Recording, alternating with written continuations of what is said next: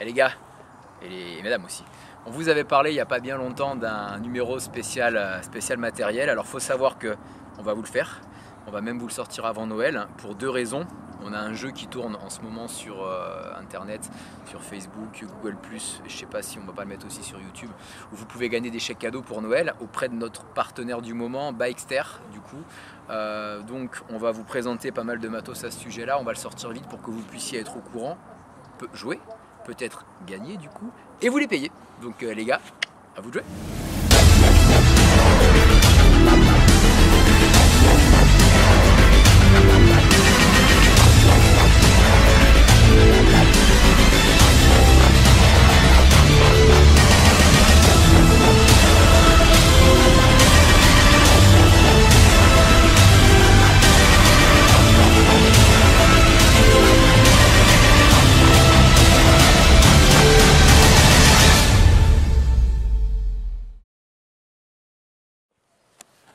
On vous l'avait dit, on va le faire, on va parler. Ça va niveau de...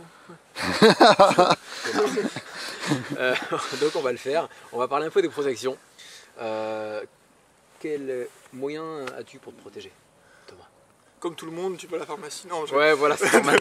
Pourquoi je me fait ça? Non, bah, bon, on va commencer déjà les gants. Allez. Parce que, pardon, les gants, c'est pas des gants de vélo. Ouais, parce que je veux des gants coquets, moi. Hein. Et c'est un peu menaçant comme ça. Ouais. Je veux des gants coquets, tu vois. Ça n'existe plus les gants coquets en vélo, je sais pas pourquoi. Ils mettent que des espèces de vieilles merdes, là, chaussettes sur leur... C'est plus rentable. Ouais, plus rentable, et puis quand tu tombes, ça sert à rien, quoi. Donc, non, c'est des gants de moto d'été. Bon, après, voilà, tu y vas, tu sélectionnes, hein, tu prends pas, hein, parce que sinon ça fait gros. Là, ça fait pas trop gros, tu vois. Moi, je pense que ça va. Je suis confortable, j'ai payé ça 50 balles, il me semble. Les genoux. Les genoux. Ouais, excuse-moi, je suis anglais maintenant, je parle français. Pour moi. Ça, c'est du iAccess. T'as eu un peu c'est ça. Wow. L'accent. iAccess, oh yeah. Voilà, bah, je sais plus, c'est les daggers, je crois. Là, c'est bon, je suis revenu en français. Ouais, c'est les daggers. Les daggers. Voilà, bah, c'est pas mal. Bon, t'es bien protégé en haut, t'as une bonne coque au milieu. Là, c'est pas une coque, c'est une mousse bien costaud. Mais bon, franchement, tu tombes, c'est comme si t'avais une coque.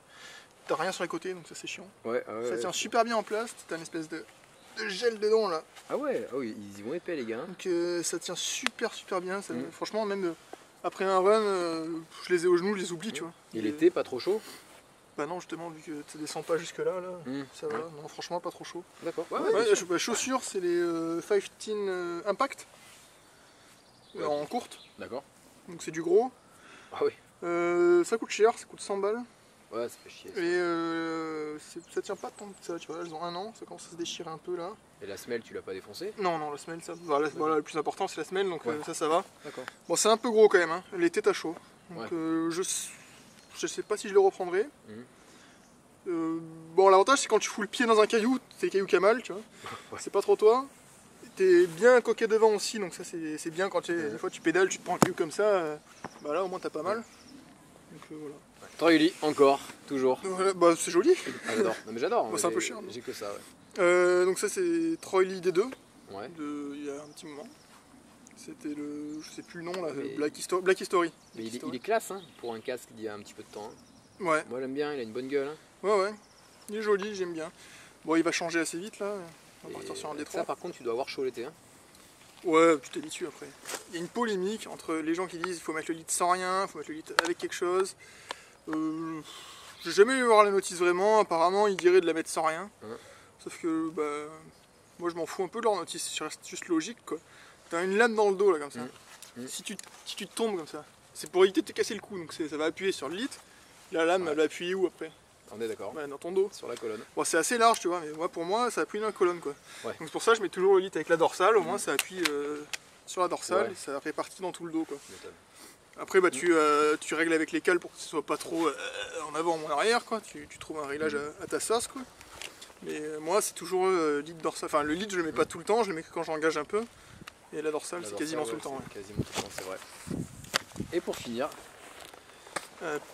alors ça je le mets quand je fais les sorties en enduro, parce que c'est vrai qu'en DH ou en freeride quand tu as besoin d'avoir un peu de matos sur toi si tu casses. Bah, c'est un Between, le nom j'en sais rien. Peut-être marqué dessus, si HB 700. Ouais. Donc tu as une poche de 2 litres dedans. Ouais, c'est bien, Avec c'est non, large. ça marche bien. T'as des rangements sur les côtés là qui sont un peu embourrés là pour pas que tu sentes que t'es dans les poches et que ce soit un peu protégé. T'as quoi? T'as une attache bah, au niveau, bon, si je le mets c'est peut-être. Ouais, ça sera plus parlant. Et t'as une protection pli en dessous, je crois, qui se déplie, qui se met par-dessus. Ouf, ouais, c'est ça. Ah ouais, Laurent si tu le dis. Laurent m'avait montré, ouais. Et c'est bien pratique quand il pleut, comme aujourd'hui. Donc là, bon, bah, c'est bon, comme tous les sacs de vélo quoi. Ouais, en haut, en bas. En bas ça bouge pas. Putain, j'ai enlevé les gants parce que. Des petits panneaux en mèche à l'arrière pour. Il est coqué, hein. Il y a une. Enfin, c'est pas une. C'est une mousse, mais tu vois, il est quand même un peu dur quoi. Donc ça va. Ouais, la tâter, quoi, tu vas pas. Ah, fais-moi tâter le truc. Ah, c'est vrai que c'est dur. Hein. Ouh. J'aime les trucs durs. Ah, j'adore ça, Laurent. T'as une poche étanche devant là pour le téléphone.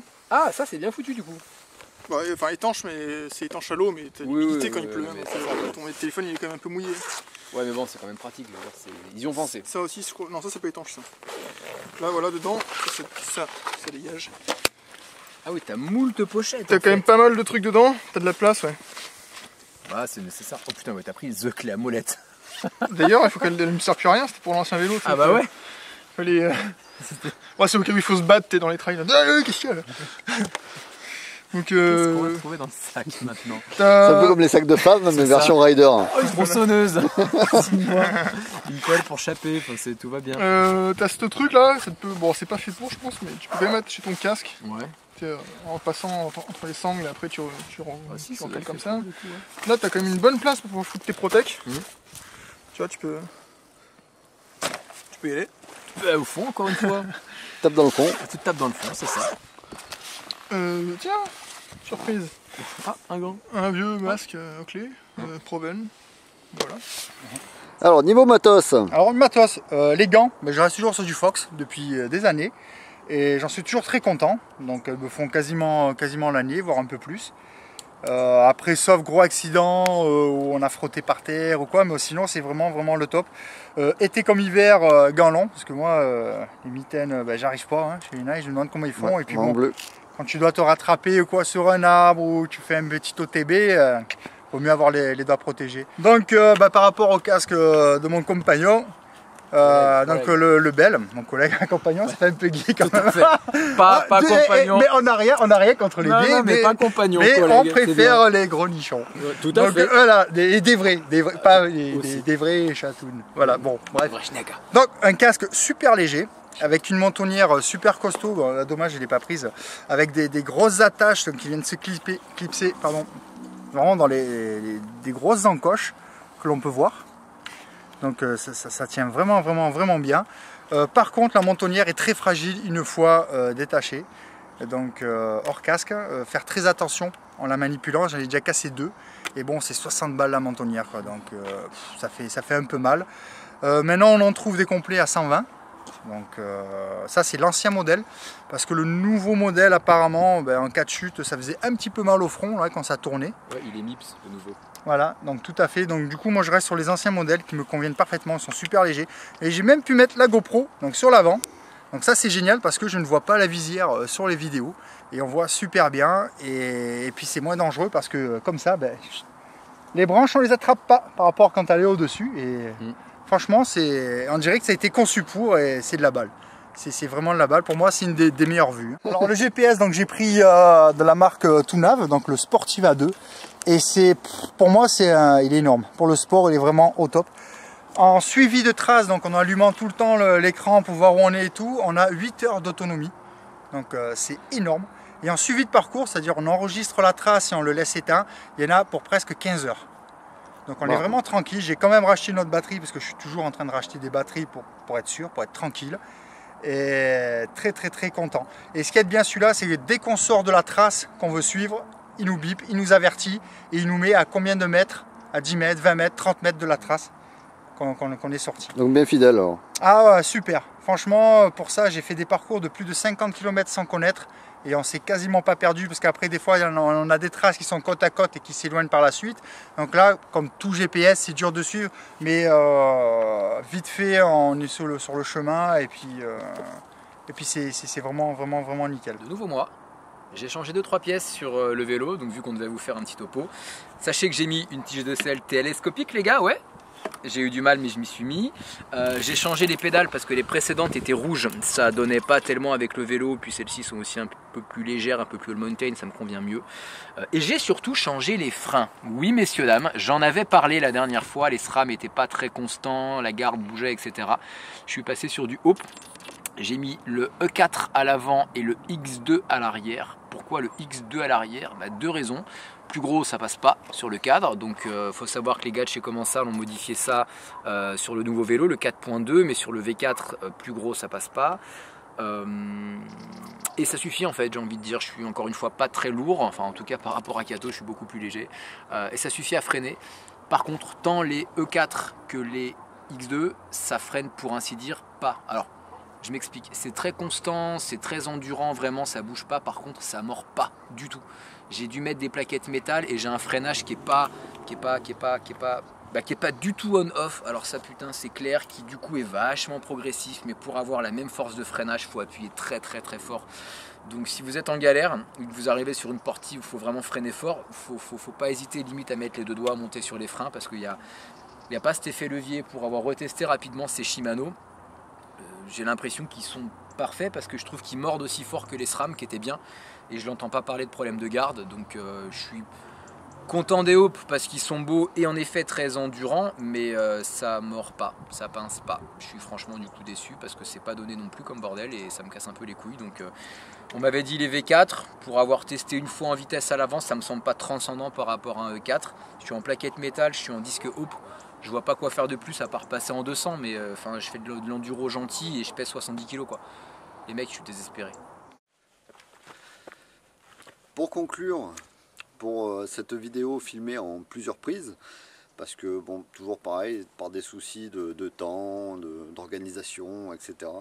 Il y a eu plusieurs prises pour cette vidéo, première vidéo de matos. Donc je vais finir moi avec ce que j'ai sur moi.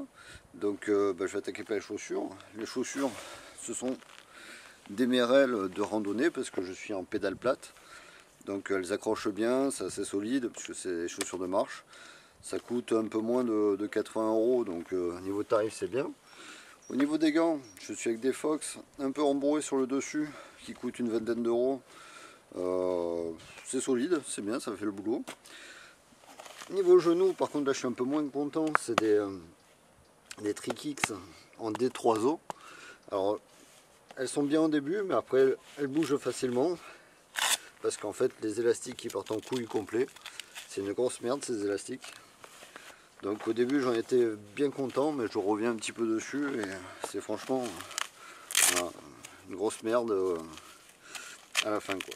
Donc voilà, niveau qualité-prix, ne prenez pas ça.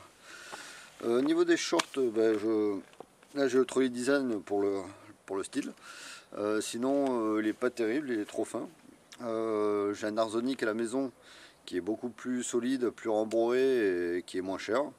Donc là voilà, on paye juste la marque. Là j'ai une petite polaire Décathlon, le petit tour de cou parce que mine de rien on est en hiver. Là j'ai un petit maillot sur moi que j'ai fait à mon boulot, parce que oui c'est mon métier. Et ensuite, alors là j'ai une protection Sixone où il y a des mousses devant, c'est coqué sur les épaules. Et voilà, ça rassure. Et alors il n'y a rien dans le dos. C'est assez respirant dans le dos, donc c'est parfait pour mettre en dessous quelque chose. Dans le dos, j'ai ce qu'il faut puisque j'ai la dorsale du sac du Evoque FR. Donc la dorsale, elle se met ou elle s'enlève suivant ce qu'on veut faire. Voilà, donc la dorsale, elle est là. Voilà, elle se met avec les sangles. Il y a la gourde de 3 litres, il y a de la place dedans, on peut tout mettre. Le sac coûte une centaine d'euros. C'est pas trop mal, il y a des poches un peu de partout. Là, celle-là, même si elle n'est pas très rembourrée, c'est dommage. Il y a la tâche casque, une autre poche pour mettre les outils. Et encore une poche, là, pour mettre tout ce qui borde de céréales. Ou la protection pluie, chose que je n'ai pas eu avec le sac. Sinon, ce que j'aime dans ce sac, c'est les sangles donc, qui vous prennent bien le ventre, qui tiennent bien le sac pendant la descente. Il y a aussi au cas où un petit sifflet qui est, voilà, si on est paumé, on siffle et on vient nous chercher logiquement. Niveau casque, ben, c'est un Seven, je sais plus, le IDP. Le Seven, ben, c'est un casque générique que vous pouvez retrouver chez d'autres constructeurs, d'autres marques on va dire, comme le Urge Drift, c'est exactement le même. Voilà, c'est le même poids, la même forme, les mêmes aérations, etc. Il y a d'autres marques qui ont le même, je crois qu'il y a Kenny qui ont le même, il y a O'Neill aussi qui ont le même. Voilà, c'est un casque générique, il change juste la couleur, et puis voilà, du coup ben, la couleur elle me plaisait, j'ai pris. Moi les casques, chaque année je les change parce que j'estime qu'après une ou deux chutes, un casque ben, c'est plus bon. Donc voilà, toutes les années je change. Pour la lunette, enfin pour le masque, c'est un 100%. Là j'en suis assez content. La visière tient bien malgré toutes les rayures et tout ça. C'est assez solide, l'élastique aussi est bien. Bon, merci de nous avoir suivis donc, pour cette première vidéo de matos. J'espère qu'elle n'est pas trop longue. On reviendra dessus en faisant un truc un peu plus propre la prochaine fois, parce que là c'est un petit peu le bordel encore une fois pour s'organiser. Et voilà, bon ben on finit sur le soleil qui arrive sur l'Eurovest et son lac. Donc voilà, c'est le village où je suis né et j'en suis content de venir ici faire des vidéos et faire du vélo, parce que là vous ne voyez pas, mais on vous présentera le spot, un de ces quatre dans les collines, et c'est du feu de Dieu. Merci, à bientôt.